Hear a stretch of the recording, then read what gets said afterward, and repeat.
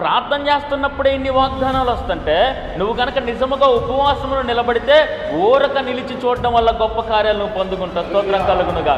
ఇప్పుడు ఒకడు వస్తాడు. ఎవడు వాడు అని అంటే సైతానుగాడు వస్తాడు. నీకంత సీన్ లేదులే, నీ కుటుంబ పరిస్థితులు ఇవ్వలే, ఏం జరిగాయిలే, ఏం బాగుపడ్డావులే, నువ్వంత మంచిదానివా, నీ మాటలు ఎలాగున్నాయి తెలుసా, నువ్వు దేవుడి సన్నిధిలో నిలబడేంత యోగ్యత నీకుందా, అంత అర్హత నీకుందా, నీ యొక్క గతం ఏంటో నీకు తెలుసా అని వాడు గుచ్చుతూ ఉంటాడు, వాడు వెనక్కలాగుతూ ఉంటాడు, వాడు పడేయాలని చూస్తూ ఉంటాడు. అప్పుడు నువ్వు ఒకటే గుర్తుపెట్టుకో, నా దేవుడు నమ్మదగిన వాడు. స్తోత్రం కలుగునుగా.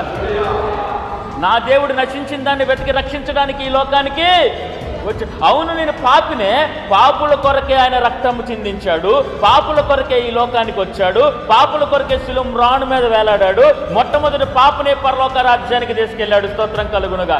అపవాదిగాడు పదే పదే మనల్ని కృంగదీస్తూ ఉంటాడు.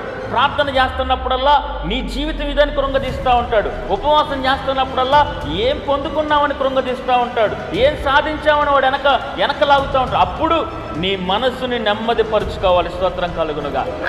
నీ ఆలోచన కంట్రోల్ చేసుకోవాలి. నీ మనసుని నెమ్మదిని పరుచుకుంటూ ఉండాలి. ఆపద ఎదురుగా ఉన్న నెమ్మది పరుచుకోవాలి, అనారోగ్యం ఎదురుగా ఉన్న నెమ్మది పరుచుకోవాలి, శత్రువులు ఎదురుగా ఉన్న నెమ్మది పరుచుకోవాలి.